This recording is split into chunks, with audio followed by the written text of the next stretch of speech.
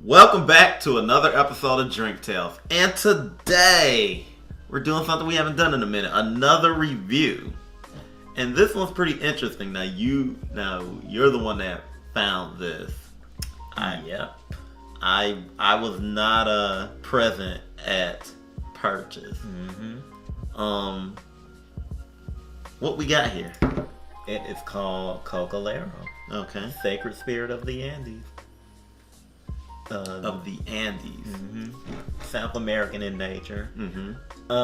And I'm not gonna lie, I'm gonna tell you a bunch of stuff that I know based on what I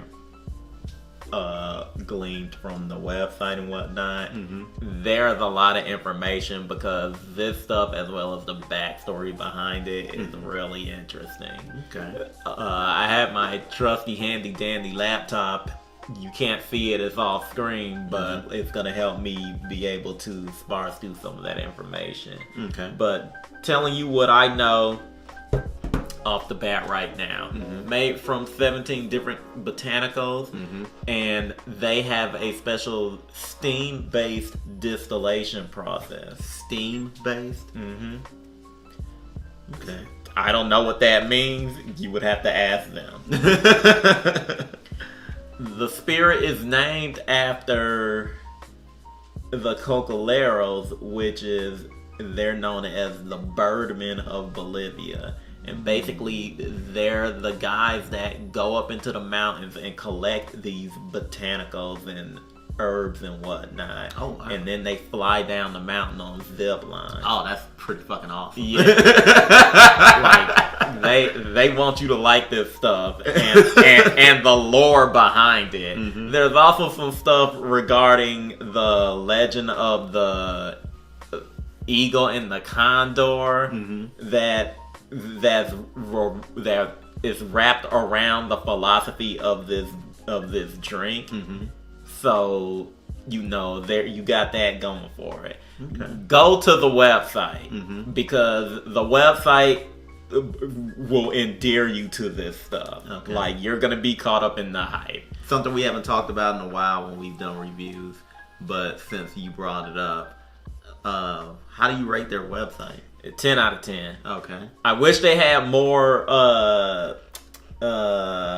recipes for how you drink their spirit. The recipes for this stuff is sparse. But they do say that this spirit is very diverse. I just wish I saw that on the website, but nevertheless, like, the craftsmanship of the website alone and how they endear you to the drinking culture surrounding this spirit is enough for me to rate it a 10 out of 10. You're gonna be captivated. You're gonna want to see this stuff. Okay. A little side note in regards to the drinking culture, this spirit has its own specialty glass. Oh, really? Its own specialty shot glass, as it were. So, that gives you a mindset of where we're going with this stuff. Okay. So, we have interesting lore. We have unique liqueur. We have specialty glasses, and we have a astonishing website, according to you. All the makings for what I'm hoping is a great drink. At least so far. Let's get into some bottle discussions. Okay, so like you said, it's an extraordinary crafting of 17 curious and exceptional botanicals. Sacred Spirit of the Andes. So this is gonna catch you off guard because now you're gonna be, when I say this particular spirit is one of the spirit, not a spirit, but when I say this particular botanical, you're gonna have a specific mindset of where you think the flavor is gonna go. Even though, having never tasted this before, we don't know where the flavor of this is gonna go. But one of the botanicals is juniper. Juniper? So I'm thinking, so naturally when you say juniper, your natural response is, from me, should be something along the lines of, so we're getting into some gin territory. Right. Okay. So, inspired by the Cocaleros who passionately ply their ancient trade in the jungle regions of the Andes Mountains, 17 hand-selected South American botanicals are infused to craft this unique and curious spirit. Cocalero is best served ice cold or with your favorite mixer. Interesting. They really laid it on thick with the lore. But hell, going off of what you told me, you know, you gotta keep talking your shit. The lore is what sells this. Exactly. I just wish, you know, and you know, maybe because I'm stuck in a small town of Atlanta.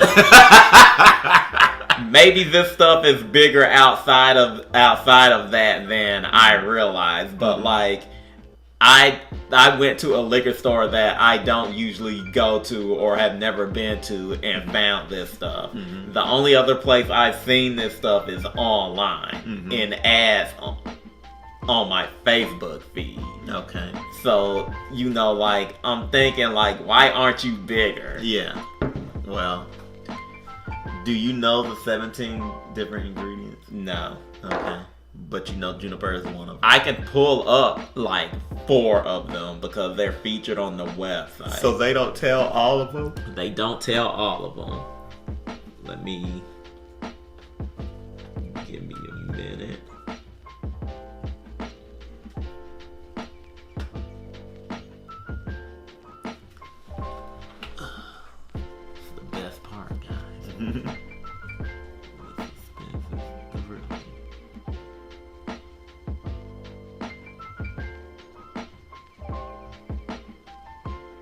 Yeah, here it is. You got juniper, used in a wide variety of culinary dishes and best known for the primary flavoring in gin. Ginger, popular spice around the world, used to spice up meals or as a medicine.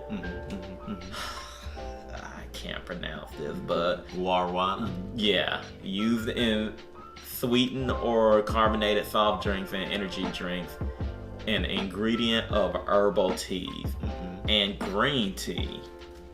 Okay. A type of tea that is made from Camellia sinensis leaves and buds. Okay. That was rough. And that's 4 of the ones that you know of. All right. So, we've been hemming and hawing. Not really hemming and hawing. Let's just get into it. Let's taste it. And it's green too. That's interesting. The only other green spirit that I know of is Maduro. Yeah. And it's treated more as a softer spirit. It's an interesting smell.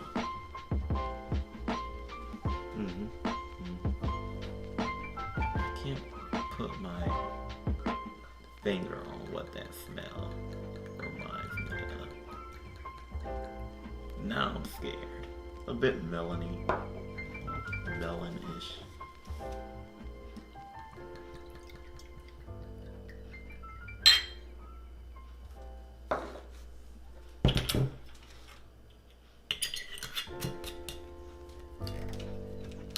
You know, actually, I got a better. This may be strong. I would hope so. In opposition to the you know, we were talking about green spirits. Oh, and chartreuse. Oh, there's green and yellow chartreuse. Okay. I was trying to figure out if I could find 29% alcohol by volume, 58 proof. That's strong. Alrighty then.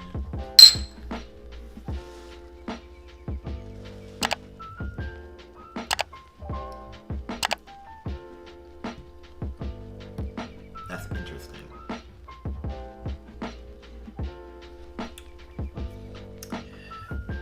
But It's not. It's like a candy that I can't remember.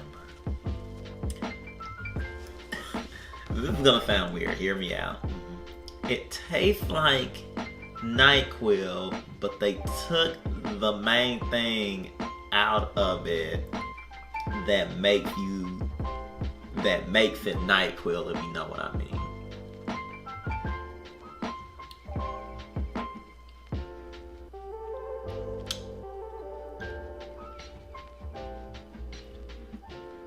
You know what this tastes like?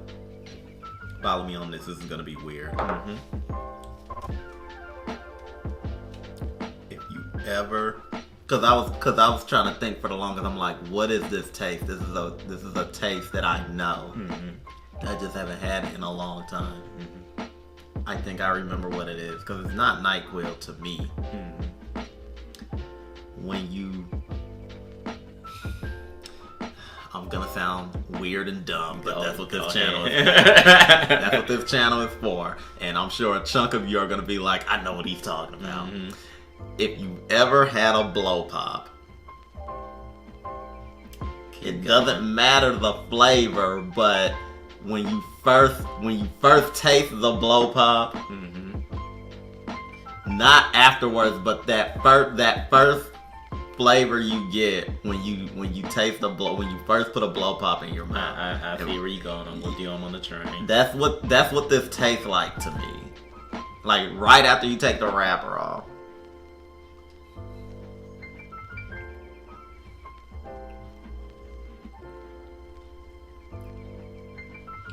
I see where you're getting at.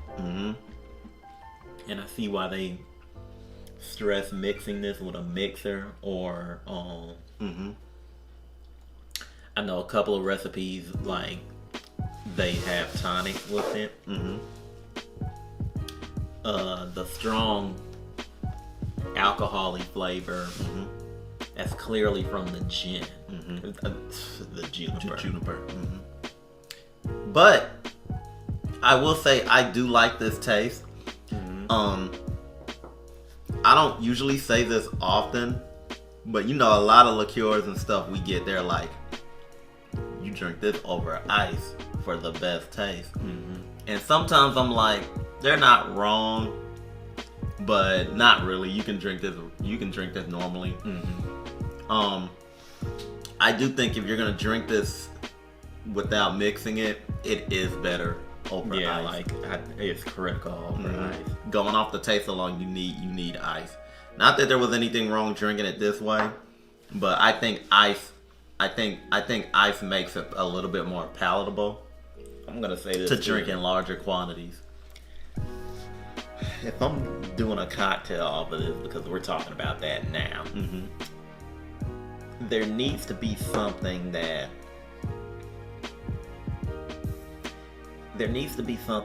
curves that flavor, because it's literally sweet and then alcohol. That's literally like it's kind of weird. It's separate but also blended at the same time. Well, this is a good time to talk about it since you're going to be making a cocktail out of this. What do you tasting this? What do you see combining this with? Like, how do you see this going? It's gonna need some citrus. I'm not even gonna lie about that. You really think so? Yeah, I think to cut that that intense sweetness, and it's not like offensively sweet, but that's literally the flavor profile that you get from this, sweet and alcohol. Now you can pull. I'm able to pull the juniper, but slightly, and I'm pulling the more alcohol-y notes of the juniper instead of the actual. I don't know if you've ever, saying this like you've never had gin before, but in gin mostly, and it's very, I'm gonna tell you where it's very prominent in, because there are some gins that are sweeter than others. A prime example being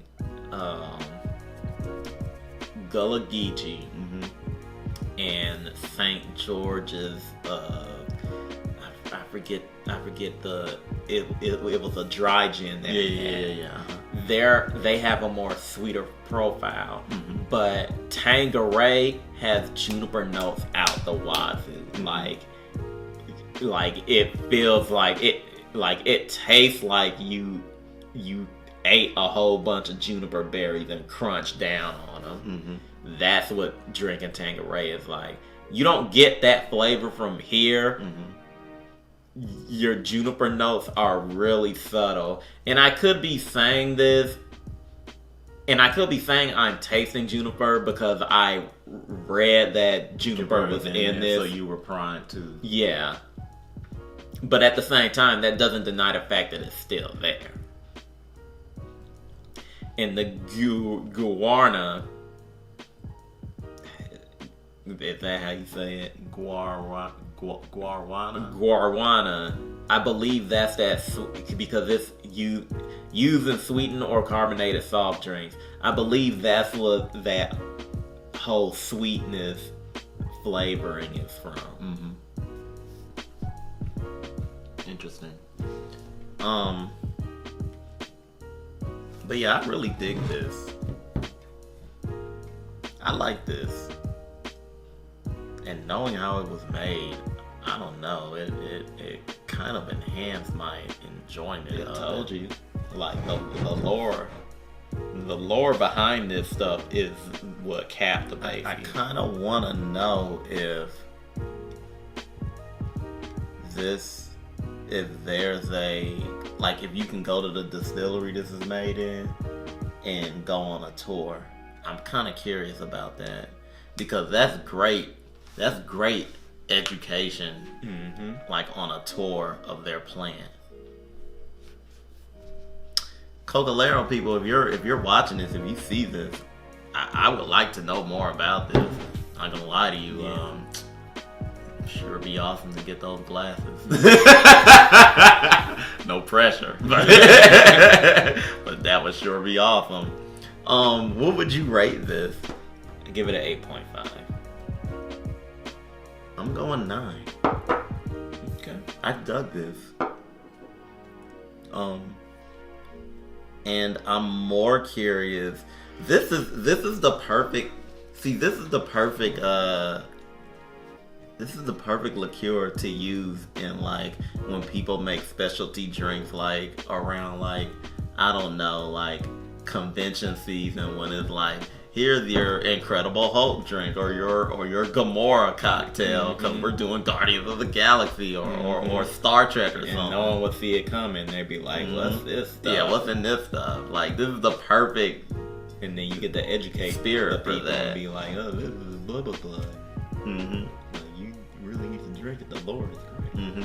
And what and even more so, like it just goes to show like a lot of what goes into like making like when you take something like this and then you take something like okay, like Gullah Geechee. You mentioned Gullah Geechee earlier, and what and the roots of Gullah Geechee's gin, how they make their gin, and then the like culture the culture behind it, and then like you take like the Cocalero and the culture behind it, and let's I'll throw another random one out there that's a totally different culture, 1970.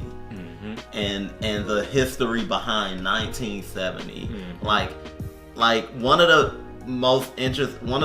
fascinating things about alcohol to me is learning is taking three where a normal person is just drinking to not remember exactly or run like, away from their problems. Like that is a thing. Or to party.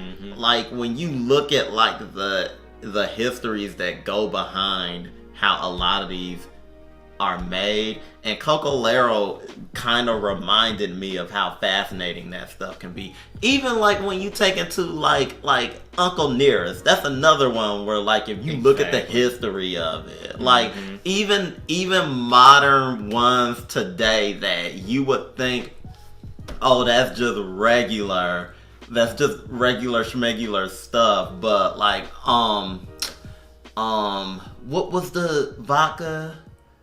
The father's son, Island John. Island John, blended family, La Gratona, tequila. Yeah, exactly. When you Zilla, like both of those that I just mentioned are women-owned, women-run distilleries. Exactly. And when you look at all the different, like all those that we named just now, and then Cocalero, and look at all the different backgrounds, cultures, histories, what they do to, or how they discover the products and stuff. Some of them come off as mundane, some of them come off as extraordinary, but they found the perfect blend and ingredients and I'll even say history to make what they made.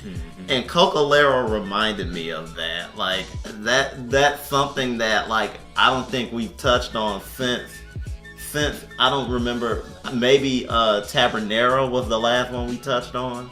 That was a bit unique. Yeah. That was the Pisco.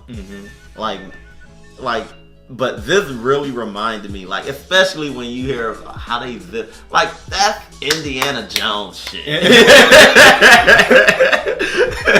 like you flew to make this bottle of Cocalero so that I can review it and give you a 9. And I think that's pretty awesome. I agree. But I'm more curious on what you're going to do as a cocktail. I'm curious too. We won't find out until the next episode. Because I'm definitely going to be... I need to figure out what the other 14 or 13... Yeah, I would like to know that too. Are. I would like to know that too. I think besides the making the cocktail for the next episode, we should have the complete list of botanicals that go into this. I'm gonna look for them if we can find them. But with that said and done, that'll do it for this episode of Drink Tales. Be sure to like and subscribe. Hit that bell so that you're notified of all content coming to the channel.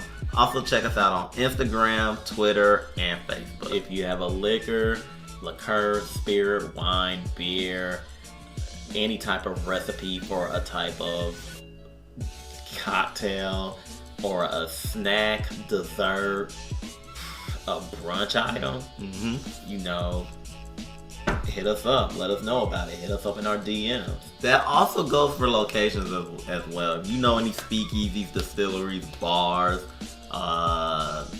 food trucks, whatever it may be, if you know any bars that's serving Cocalero, let us know, because I want to know what kind of cocktails they're using it is, so that we can go to those places and judge to see how those cocktails taste in comparison. And going back to items and stuff, if you know of another liquor that has a grandiose lore on par with Cocalero, let us know too. I'm trying to drink some of that too. But that'll do it for this episode of Drink Tales, and until next time, everybody, peace.